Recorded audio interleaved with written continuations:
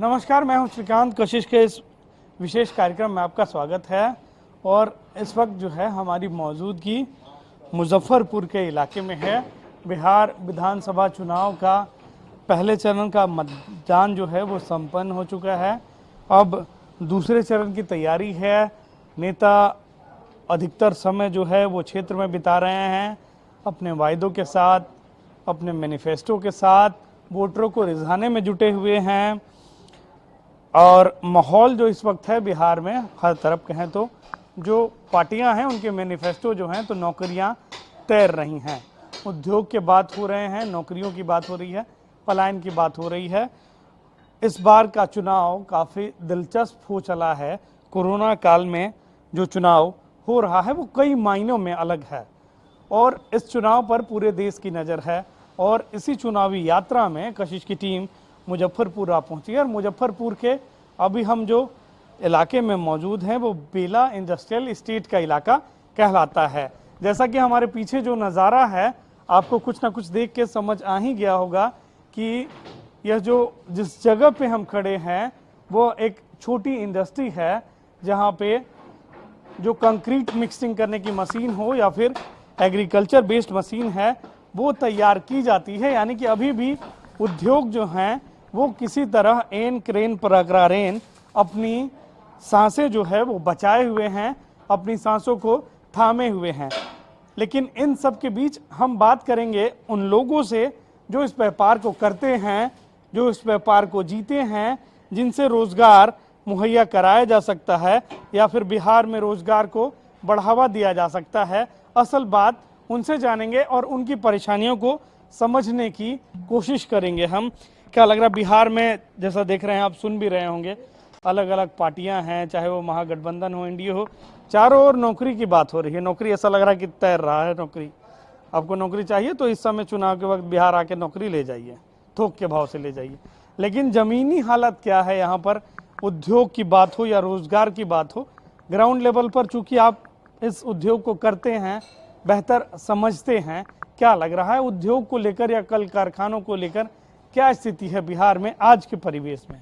देखिए, आज के परिवेश में तो यहाँ माने उद्योग जो लोग भी चला रहे हैं वो अपने बल बदौलत चला रहे हैं। गवर्नमेंट चाहे किसी की भी, चाहे वो महागठबंधन की सरकार हो या एनडीए का हो, कोई भी रोजगार रोजगार लोग चिल्ला रहा है। लेकिन रोजगार सृजन में जो चाहिए, खास करके जैसे कि आपने सुना होगा हमारे माननीय मुख्यमंत्री जी ने कहा समुद्र किनारे हम नहीं हैं। बिल्कुल सही बात है, हम समुद्र किनारे नहीं है, लेकिन फिर भी यहाँ के उद्यमी इतने मेहनती हैं कि अपने बल बदौलत दोबारा जब इन लोगों ने आया तो उनके कहने पर हम लोगों ने उद्योग लगाना शुरू कर दिया। और इन्होंने जो ग्लोबल मीट में करके जो लाखों करोड़ रुपया इन्होंने नष्ट किया उसका एक जरा सा भी फलीभूत नहीं है। उसका रीज़न ये था कि आप देखेंगे जहाँ भी इंडस्ट्रियाँ पनपी वहाँ सबसे पहले माइक्रो को बैठाने का जुगाड़ किया गया। अगर माइक्रो डेवलप होगा तो बिग इंडस्ट्री आपके यहाँ आ जाएगा, ऑटोमेटिकली आएगा। हमारे यहाँ जितने माइक्रोज थे उनको सरकार बनाने के बजाय उजारने का काम किया। जैसे आपने कहा कि बेला इंडस्ट्रियल एस्टेट में आप अभी इस वक्त हैं, आज से माने 2 महीना पहले माने चुनाव आयोग का यहाँ प्रोग्राम अगर नहीं होता तो शायद आज आप यहाँ इंटरव्यू नहीं कर पाते।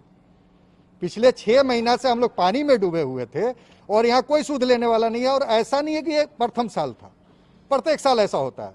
बियाडा को हम लोग डेवलपमेंट चार्ज देते हैं, बियाडा को हर तरह का पैसा हम लोग को देना पड़ता है। बियाडा यह कहती है कि हम डेवलपमेंट चार्ज लेते हैं और आपको डेवलपमेंट ज़मीन देंगे, जबकि इनका कोई भी ज़मीन डेवलप नहीं होता है। ये अनडेवलपमेंट ज़मीन देते हैं और उद्यमी के सर पर लाद देते हैं कि आपको चाहे जैसे हो, जिस सूरत में है इसी सूरत में आपको ज़मीन लेनी है।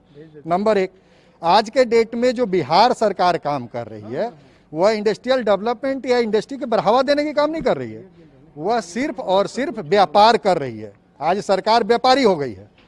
आज वो प्रत्येक साल अपना बियाडा का रेट बढ़ाता है लेकिन डेवलपमेंट में 1 0 पैसा नहीं। हमने एमडी से 100 बार कहा होगा कि सर यहाँ का रोड जो है इस तरह का बन रहा है, एमडी को कोई सूद नहीं है। एमडी वहाँ से एक दिन झांकने तक नहीं आता। पानी में जब हम लोग डूबे हुए थे और एमडी को जब हमने फ़ोन किया तो एमडी का कहना था जो हम क्या कर सकते हैं। अच्छा, जैसे आपने कही बातें कि जो बुनियादी ज़रूरत होती है, यानी कि जो संसाधन की बात होती है या जो सरकारी सुविधाओं की बात होती है या फिर इंफ्रास्ट्रक्चर डेवलपमेंट हो या फिर विकास की बात हो, तो जब तक इंडस्ट्री, उद्योग लोग काम अगर आप तभी देंगे जब उद्योग चलेगा, जब आपकी मशीनें या आपकी चीज़ें बाज़ारों में बिकेंगी।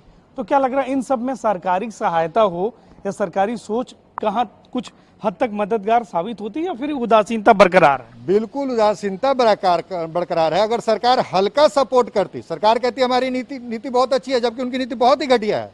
भाई बैंक से लोन मिलेगा तब आप सब्सिडी दोगे, सब्सिडी को गोली मारो। आप हमसे जो पैसा ले रहे हो उसके बदले जो हमको डेवलपमेंट जमीन आपको देना वो भी नहीं देते हो आप। मेरे अगर वर्कर रहते आप कहते हो नहीं रह नहीं सकता, आप इसमें कैसे रखते हो? जो 99 साल की लीज थी उसको लीज हटा दिया। आपको पता होगा कि बहुत सारे स्टेट में जो 99 साल की लीज थी उनको फ्री लीज होल्ड कर दिया गया है। आज एक भी मैनिफेस्टो में, जितने पार्टी खड़े हैं उनके एक मैनिफेस्टो में बता दिया जाए उद्योग के लिए कुछ बोला गया हो तो। यहाँ इतना व्यापक भ्रष्टाचार है कि यहाँ एक आईडीपीएल हुआ करता था, आज आईडीपीएल इतनी बड़ी कंपनी से उसको माने ये कर करके और बियाडा उसको भाड़े पे लगाई हुई है। बियाडा कहती है आपको भाड़ा नहीं देना है, आप उद्यमी हो, आपको नहीं देना है।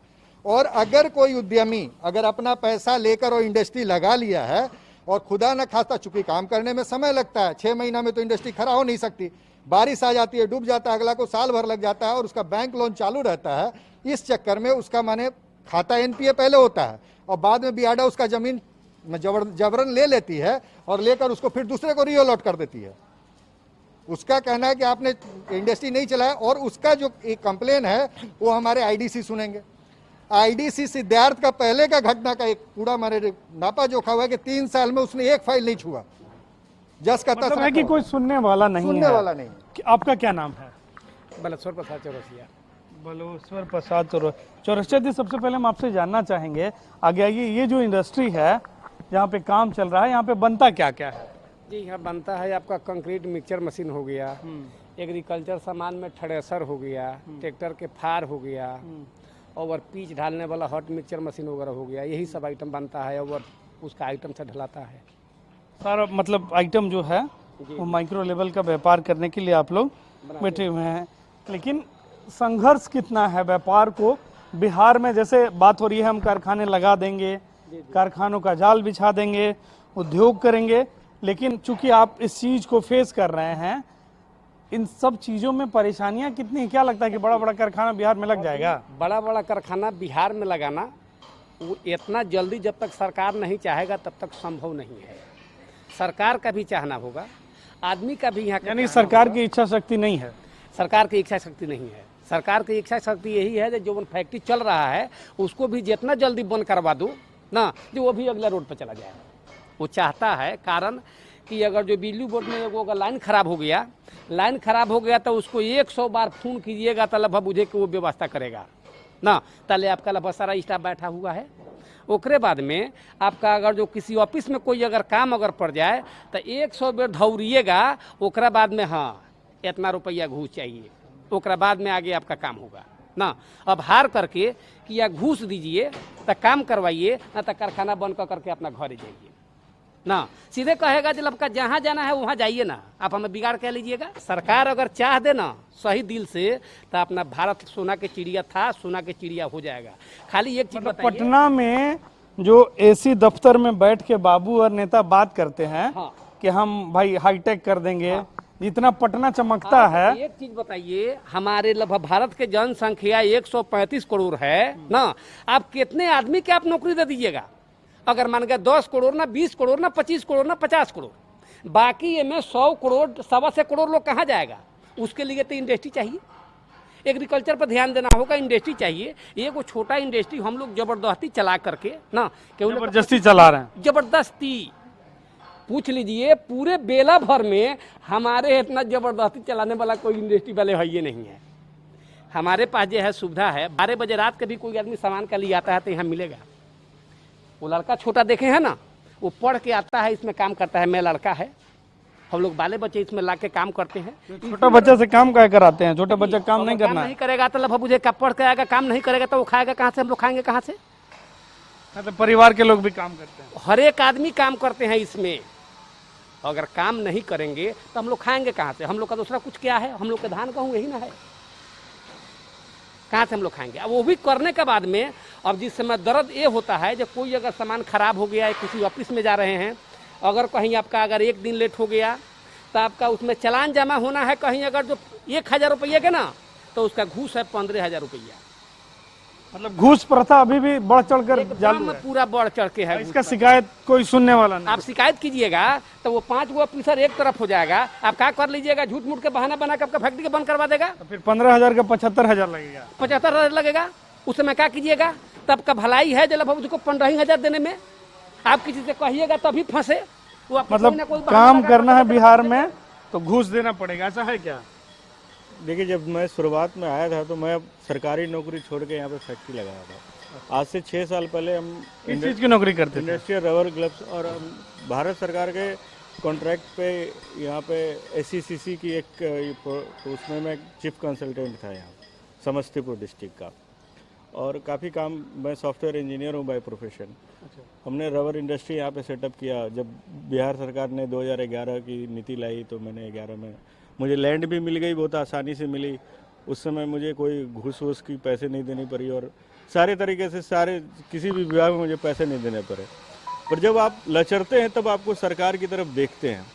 जब आप शुरुआत करते हैं किसी फैक्ट्री में तो आप अपनी सारे कुछ लगा देते हैं। तो जब आपकी स्थिति खराब होती है तो एक अभिभावक चाहिए होता है जो आपको दिशा निर्देश बताए। उस समय सरकार आपको केवल धोखा देती है और कुछ नहीं करती है। मैं पिछले 6 साल से दौड़ रहा था। मैं अपनी स्थिति से हर समय सरकार को अवगत कराया कि भाई मेरी स्थिति ये खराब हो रही है और मुझे मदद चाहिए। पिछले साल सरकार ने एक उद्योग नीति लाई थी कि इससे के रुग्ण उद्योगों को जो है सो मतलब पुनर्जीवित किया जाएगा, रीफाइनेंस किया जाएगा। उसमें कुछ 25 उद्यमी को जो है सो पूरे बिहार में चुना गया। काफ़ी उसकी स्क्रीनिंग हुई, डॉक्यूमेंट की स्क्रीनिंग हुई, फिर उनकी इंटरव्यू हुई। और जब इंटरव्यू लेने के बाद उन्होंने 25 लोगों को चुना, फिर हमें ये करीबन फरवरी में 2019 की बात है। हम लोग दिसंबर 2018 में उन्होंने नोटिफिकेशन निकाला और फरवरी में उन्होंने चयन किया।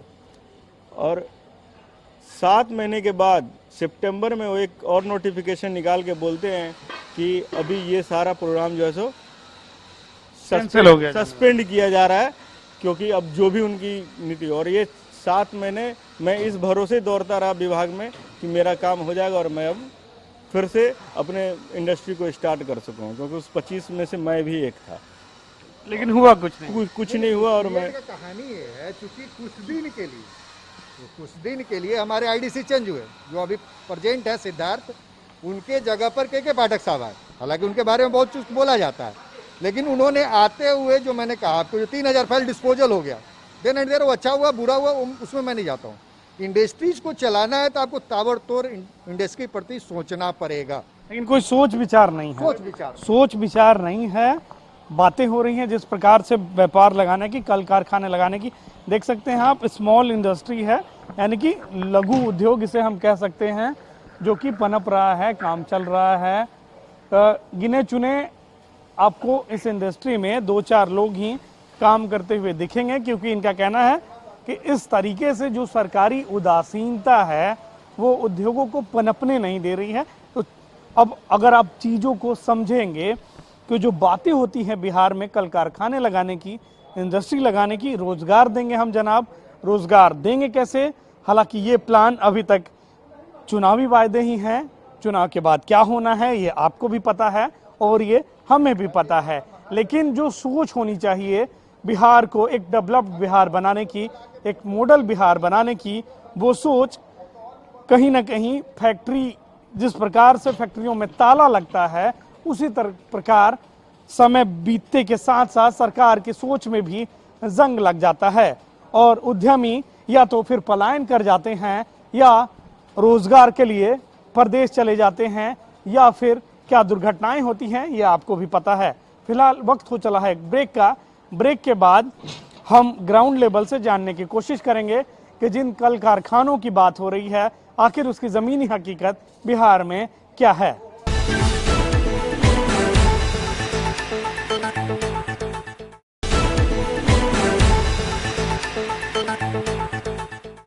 ब्रेक के बाद फिर से आपका स्वागत है कशिश के इस विशेष कार्यक्रम में। और हम चुनावी यात्रा पर पहुंचे हैं मुजफ्फरपुर में। मुजफ्फरपुर में एक तो इसे लीची लैंड भी कहा जाता है, दूसरी बात है कि मुजफ्फरपुर में लहठी जो है, जिसे हम चूड़ी कहते हैं, उसका भी कारोबार बहुत फेमस था। सूत का जो उद्योग है, सूती कपड़ों का, उसका उद्योग भी जो है इस जगह पर है। फूड प्रोसेसिंग प्लांट लगाने की बात थी, लेकिन वो बात चुनावी वादे तक ही रह गई। चीनी मिल था, वो बंद हो गया। और अभी हम उद्योग कल कारखानों की बात कर रहे हैं इस कार्यक्रम में, और हम मौजूद हैं मुजफ्फरपुर के बेला इंडस्ट्रियल एरिया में। और आप देख सकते हैं इंडस्ट्रियल एरिया की हालत क्या है। कुछ जो उद्योग हैं उनमें ताले लगे हुए हैं, कुछ बंद हैं, इक्का दुक्का उद्योग चालू हैं, और कुछ जो उस उद्योग को जीवित रखने की कोशिश कर रहे हैं लोग, हम उनके पास हैं और उनसे समझने की कोशिश कर रहे हैं कि जो इतना हल्ला हो रहा है उद्योग कल कारखाने, उन दावों में क्या हकीकत है, क्या सच्चाई है। लेकिन इन सब से पहले जो हमारे मुजफ्फरपुर के संवाददाता हैं संजीव जी, उनसे ही ग्राउंड रिपोर्ट लेंगे कि आखिर मुजफ्फरपुर जो एक लीची लैंड भी कहा जाता है, उद्योग की बात भी होती है, काफ़ी कुटीर उद्योग भी हैं, लेकिन सब समय के साथ दम तोड़ रहे हैं। क्या लगता है कि जितना उद्योग की बात हो रही है, जो होना चाहिए था, वो किस स्तर पर जाकर खड़ा है, और ये सारी बातें जो हो रही हैं वो कहाँ तक संभव लग पाता है आपको? पहले तो मैं आपको बताऊं, कुछ साल पहले ले जाऊंगा, मतलब 1.5 दशक पहले, 2 दशक पहले, जॉर्ज फर्नांडिस जब यहाँ के सांसद बने थे तो बेला इंडस्ट्रीज को स्वर्ण एरिया माना जाता था, और आईडीपीएल का फैक्ट्री का उन्होंने पहले निर्माण किया, और जिसमें कि लगभग 4000 वर्कर्स काम करते थे, उनके के साथ कई यूनिट जुड़ा था उसको मिला करके। और आपको बता दें कि सारे परिवार के घर में ये स्थिति है कि चूल्हा जलने तक की मतलब बंद होने की नौबत आ गई है। और इंडस्ट्रीज बाढ़ को, पानी को लेकर के, बारिश के समय में आप देख सकते हैं किस इलाके में इतना बड़ा बड़ा इंडस्ट्री है, न नाली है, रोड की दशा देख लीजिए कि रोड जो एक्वायर किया गया सही रूप से रोड नहीं बनाया गया है, ताकि ट्रक का से इन लोगों के द्वारा सामान मंगाया जाता है, वो पूरा सामान गाड़ी फंसने के कारण समय पे नहीं मिल पाता है, और इंडस्ट्रीज के लेबर को इन लोग को भुगतान करना पड़ता है, जिस कारण से उद्योगपति को काफ़ी नुकसान पहुंचती है। और दूसरी बात आप कहेंगे कि पूरे इलाका में सूद लेने वाला बियाडा के कोई भी अधिकारी नहीं है।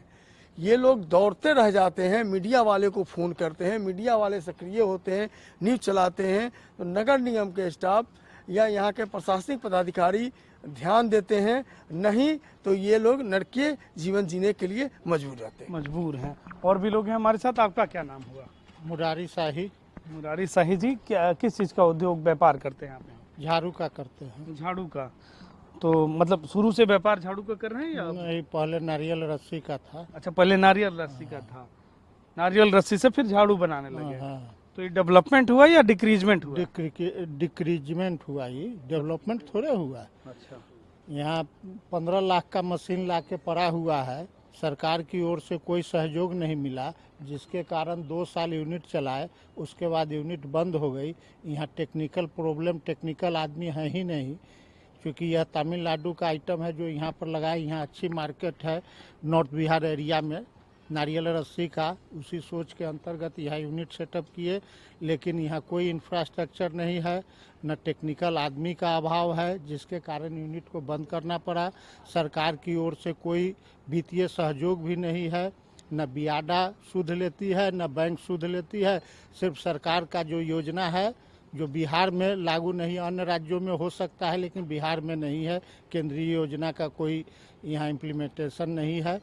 कल कारखानों के लिए कोई जगह नहीं है। कोई जगह। तो कारोबार, व्यापार और रोजगार तीनों को हम एक साथ जोड़कर देख सकते हैं। वो कब? जब स्थितियाँ, परिस्थितियाँ कल कारखाने लगाने के अनुकूल हों। और भी लोग हैं। आपका क्या नाम है? मेरा नाम पंकज साहू है। तो पंकज साहू जी, किस चीज़ का व्यापार अभी तक चला रहे हैं? अब क्या लग रहा है कि दम तोड़ रहा है, या दम तोड़ चुका है, या दम तोड़ने वाला है? क्योंकि इस चुनाव में कारखाने, व्यापार और रोजगार की बात हो रही है। ये मेरा पहला साल है बियाडा में। मैंने ये जस्ट अभी फैक्ट्री सेटअप डाला था। बहुत बुरा स्थिति है यहाँ का। यहाँ पे कोई अगर नए व्यापारी आते हैं व्यापार करने के लिए तो उन्हें सरवाइव करना बहुत मुश्किल है यहाँ पे, क्योंकि यहाँ पे किसी प्रकार की कोई सुविधा नहीं मिलती है लोगों को, ना पानी की सुविधा है, ना नाले की सुविधा है, ठीक से यहाँ पे स्ट्रीट लाइट नहीं आते, ना रोड की सुविधा है। बारिश में यहाँ पे फैक्ट्रियों में अंदर पूरे घुटने भर पानी लगे रहते हैं। अभी दो मतलब घुटने भर पानी लगता है तो फिर यानी कि बारिश के दिनों में जो रोजगार है वो बंद रहता है, तो फिर चलता कैसे है? बिल्कुल बंद रहता है, चलता ही नहीं था, पूरा फैक्ट्री बंद रहता है, लॉसेस पे चलते हैं। ये हम लोग का पिछले 3 महीने के बाद फैक्ट्री खुले है। पूरे फैक्ट्री में आप किसी से पूछिए, सबके अंदर पानी भरा हुआ है। सारे फैक्ट्री में सब रॉ मटेरियल में पानी घुसा पड़ा हुआ है, पूरे लॉसेस यानी में कि चल रहे हैं। बसा दिया गया है लाकर कि आप जनाब यहाँ पर उद्योग कीजिए, लेकिन जो एक इंडस्ट्रियल डेवलपमेंट होता है, सबसे बड़ी जो जरूरत होती है सड़क, नाली, बिजली, इंफ्रास्ट्रक्चर के नाम पर जी कुछ भी नहीं, इंफ्रास्ट्रक्चर के नाम पे कुछ भी नहीं है। जैसा आप ही देख रहे हो, आपने भी अभी देखा कि एक इंडस्ट्रियल एरिया का रोड कितना चौड़ा होना चाहिए। इतने चौड़े में तो भाई दो कार ना निकले, अब 2 ट्रक का तो बात ही छोड़ दो। ऊपर से इधर नाला कुछ है नहीं, तो बारिश के एरिया में इस रोड पे न कमर तक पानी था। किस चीज का आपका बिजनेस है? जी मेरा बोरे का फैक्ट्री है। बोरे का फैक्ट्री। जी तो बोरा भर भर के इस बार नेता लोग रोजगार कल कारखाने का वादा भी कर रहे हैं। जी कर तो रहे हैं वादा, लेकिन कुछ फुलफिल होता ऐसा दिख नहीं रहा है। मतलब बोरा खाली रहेगा इस बार? जी बिल्कुल बिल्कुल, बोरा खाली रहा इस बार। बोरा खाली रहेगा जी। विकास का बोरा कितना भरा है, क्या लगता है आपको बिहार में? जी मुझे तो नहीं लगता कि कुछ खास भरा है। खास भरा है इन्हें नहीं लगता है, क्योंकि जितना होना चाहिए था काम वो नहीं हुआ है। और भी लोग हैं। आपका क्या नाम है? त्रिवेणी चौधरी। त्रिवेणी चौधरी जी, किस चीज का बिजनेस? मेरा मसाला का व्यवसाय है। मसाला का है। तो चुनावी मसाला तो अब पड़ने लगा है चुनाव में, तो जमकर लेकिन मसाले से तैयार किया हुआ खाना खाने लायक है? बिल्कुल खाने लायक है। मेरा कहने का मतलब है जो चुनावी मसाला है, चुनावी वादे हैं, वो पक पाएगा? नहीं पक पाएगा सही। इतना वादा तो बहुत होता है, लेकिन काम नहीं हो पाता है। अब बेड़ा के देख लीजिए, बेड़ा की क्या स्थिति है। बारिश होती है, पूरा जल जमा, यहाँ कमर तक पानी रहता है। 12 साल हो गया स्ट्रीट लाइट लगे हुए, आज तक नहीं जला स्ट्रीट लाइट। अच्छा, आज तक नहीं बहुत जला? बुरा व्यवस्था है सरकार के। जो सरकार है उसके मतलब 15 साल के कार्यकाल में बहुत ज्यादा कुछ हुआ नहीं है। अब आगे क्या उम्मीद इनसे किया जा सकता है, कुछ मतलब कुछ समझ में नहीं आता। अच्छा, चमक जो दिखती है वो सिर्फ पटना में ही दिखती है? हाँ, चमक तो पटना में है, इसमें कोई दो मत नहीं है। चमक है पटना में, लेकिन पटना से बाहर में चमक नहीं। अच्छा, पटना से बाहर निकलिएगा तो चमक नहीं है, सरकारी मसाला खाइएगा तो पेट खराब हो जाएगा। क्या नाम है आपका? सुनील श्रीवास्तव। किस चीज का बिजनेस कर रहे हैं सर आप यहाँ पे? ये पॉलीथीन फिल्म का। पॉलीथीन फिल्म का।